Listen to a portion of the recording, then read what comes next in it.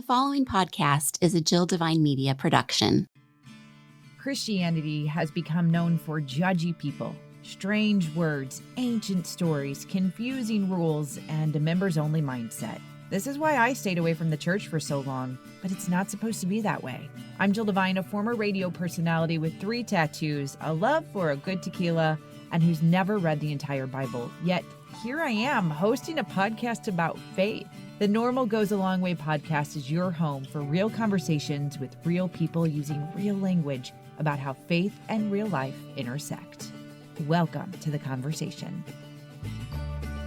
We are going to continue this journey that I have been talking about with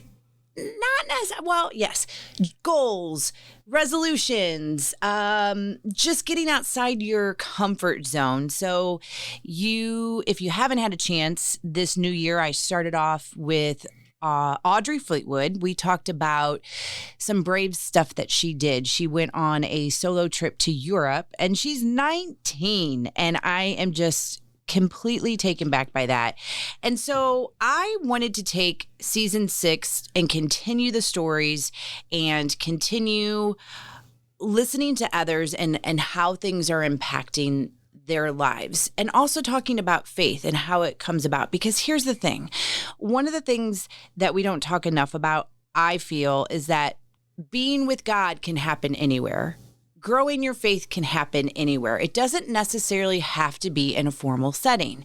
And so I want to continue that talk with Emily Elam. How are you, Emily? I'm great, Jill. Thanks for having me on your podcast. So let me explain how I know you. You attend the church that I attend and work at, Messiah, St. Charles, and you're also like a powerhouse professional, and you're on all these boards, and you're just amazing.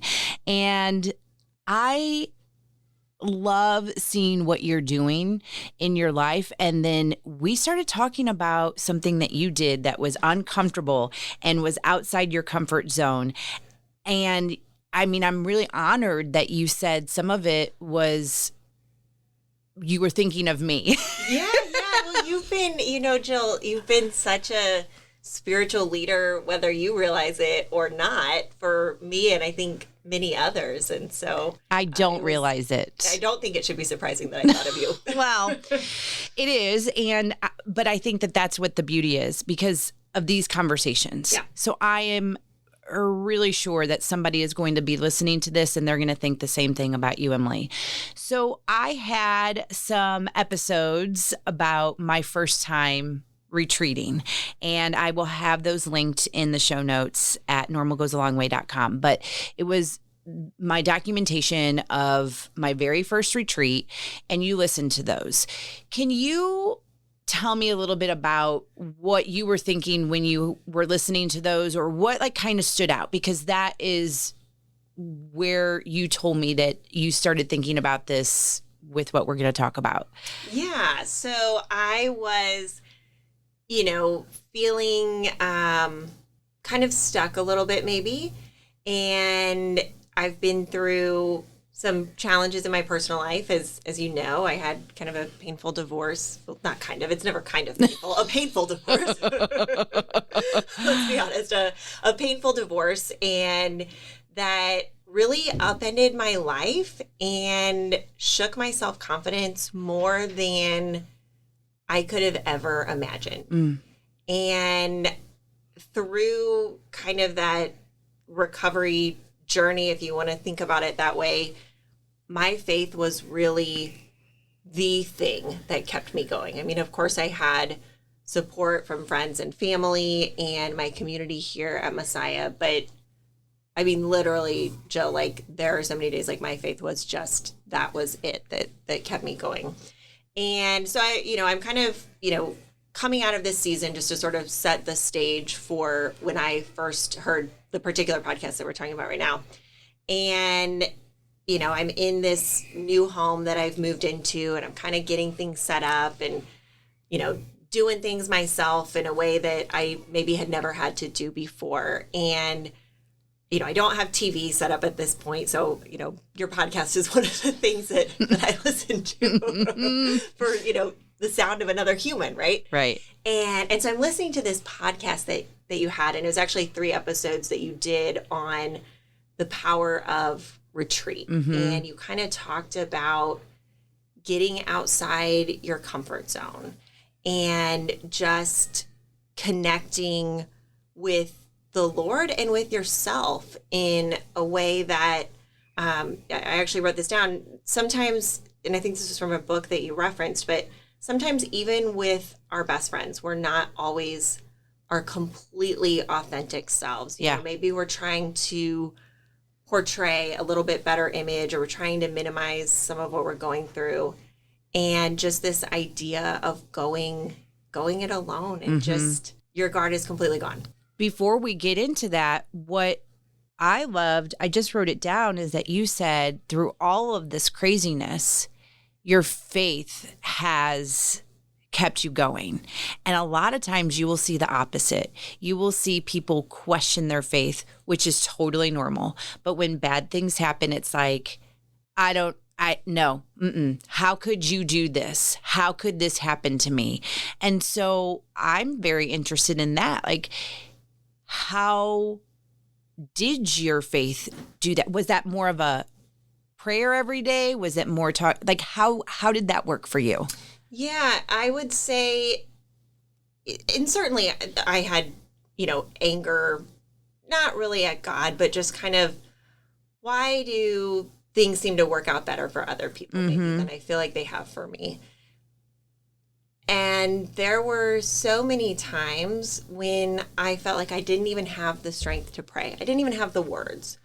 And I am so grateful that I had a strong foundation of faith to begin with, that I just, through all the pain, I just knew that God loved me. And I, still sometimes struggle to see what's the plan. We hear all these verses about, it's if it's not good, it's not over yet. And, God works the good, in all things for the people who love him. And that's something that's been a struggle, but I love the Lord and I know that he loves me, and that didn't change. I don't really know how else to explain it other than to say, like, that was my anchor. And coming to church, connecting with my community group, connecting with you and others here in the church, and just asking for that prayer and support was sustaining in ways that I can't even really capture into words.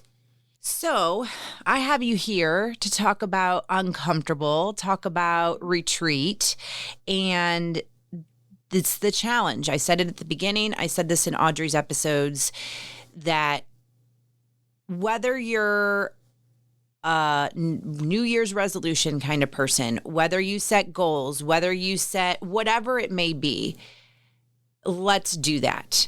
I will say for me, I don't necessarily do resolutions, but I definitely prepare myself. And each year is a little bit different. And this year, leading up to the new year, I was preparing myself a little bit different with this new planner that I got a part of, where you intentionally start figuring some stuff out.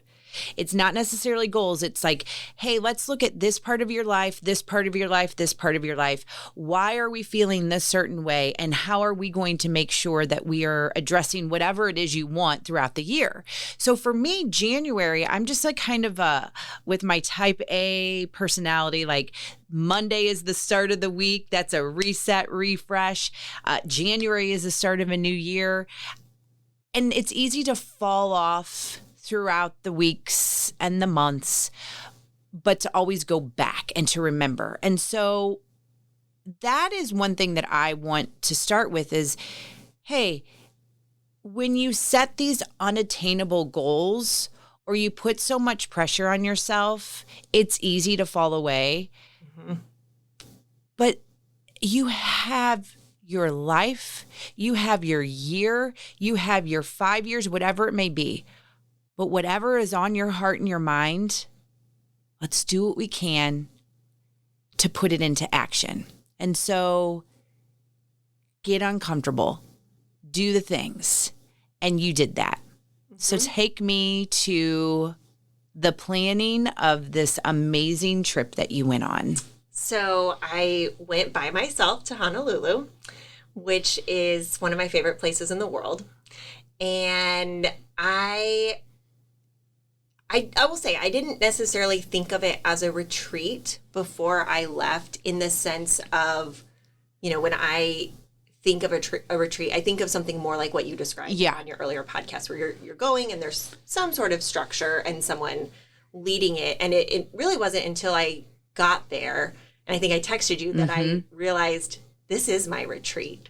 This is what I needed to just kind of get away and recenter myself. But I didn't have a heavy agenda, and I wanted to be gracious to myself and acknowledge the season of life that I'm in, and just kind of see how I felt when I got there. And I knew that it was going to be uncomfortable. I'm not, leading up to this, I was a person who wouldn't even go to a sit-down restaurant by myself, because that was just, intimidating. And what will people think of me there alone? And no one cares. But in my mind, I had that kind of built up. And so for me to decide I'm going to go to Honolulu by myself is totally out of my norm. But in some ways, I think it felt inevitable. That's the place where I feel happiest in the world.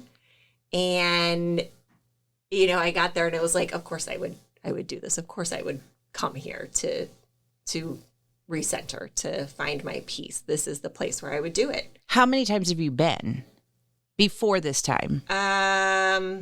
Well, to Hawaii, I think this was my 7th trip. Okay. It was maybe my 5th to Honolulu. Let's back up though. You didn't just book the trip like a week before you went, right? Or did you? A couple weeks.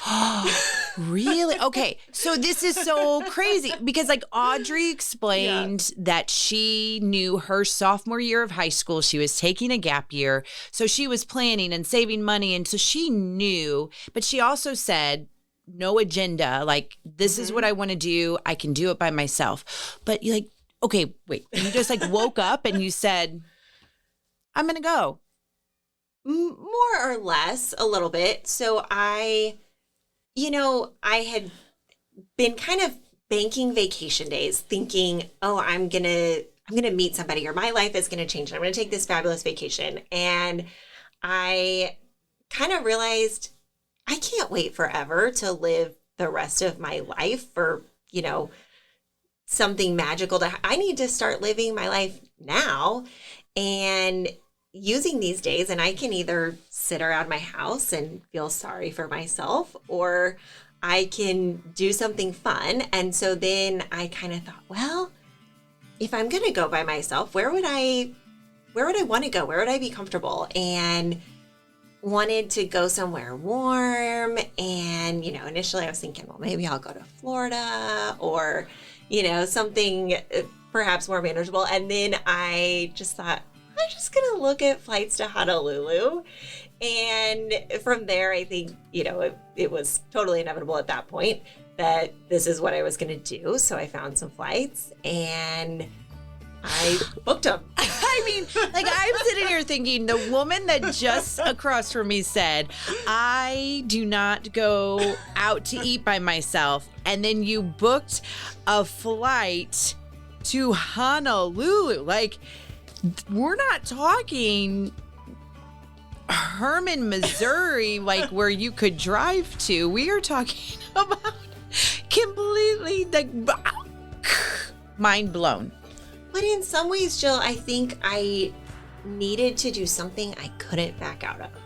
Yeah. So I booked these flights too far to come home early.